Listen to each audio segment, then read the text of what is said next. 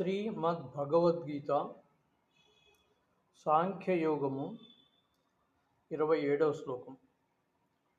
జాతస్య హి ధ్రువో మృత్యుః ధ్రువం జన్మ మృతస్య చ తస్మాదపరిహార్యార్థే నత్వం శోచితుమర్హసి. శ్లోకం కోసారి చదువుదాం. జాతస్య హి ధ్రువో మృత్యుః ధ్రువం జన్మ మృతస్య చ తస్మాదపరిహార్యార్థే నత్వం శోచితుమర్హసి.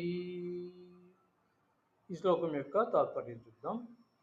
పుట్టిన వానికి మరణం తప్పదు, మరియు మరణము పిదప జన్మము తప్పదు. కావున అనివార్యమైన నీ విద్యుక్త ధర్మ నిర్వహణమునందు నీవు దుఃఖింపరాదు అని చెప్పి చెప్తారు.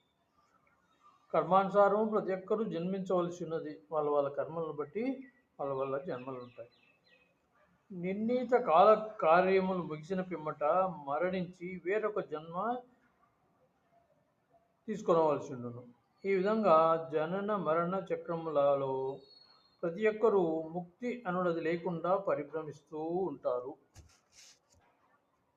ఇట్టి జనమరణ చక్రము అనవసర హత్యలు, జంతుహింస, యుద్ధము వంటి వాటిని ప్రోత్సహించినది కాదు.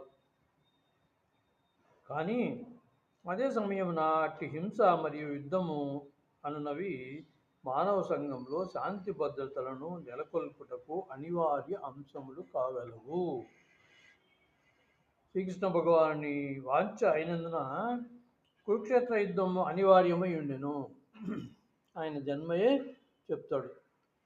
పరిత్రాణాయ సాధూనాం వినాశాయ దుష్కృతాం ధర్మ సంస్థాపనార్థాం సంభవామి యుగే యుగే అని చెప్తాడు.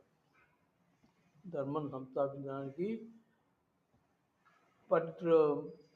పవిత్రులను కాపాడడానికి, దుష్టులను శిక్షించడానికి నేను యుగయుగంలో జన్మ ఎత్తుంటానని చెప్పి. అంతేకాకుండా ధర్మం కొరకై యుద్ధము చేయుటకు క్షత్రియుల విద్యుక్త ధర్మమై ఉన్నది. క్షత్రియులు వారి యొక్క విద్యుక్త ధర్మాన్ని నుంచి తప్పుకోవడానికి వీల్లేదు. తాను విద్యుక్త ధర్మముచే నిర్వర్తించుతున్నప్పుడు అర్జునుడు ఎందులకై తన వారి మరణం గురించి చింతింపవలను లేదా భయపడవలను? తన డ్యూటీ తను చేసేటప్పుడు వేరే విషయాల గురించి ఆలోచించాల్సిన అవసరం లేదు. ధర్మము త్యజించి తద్వారా పాపమును పొందుట అతనికి ఏమాత్రము తగదు. అటువంటి పాపం విషయమున అతడు మిగుల భీతుడై ఉన్నాడు. విద్యుక్త ధర్మమైన యుద్ధమును విడనాడు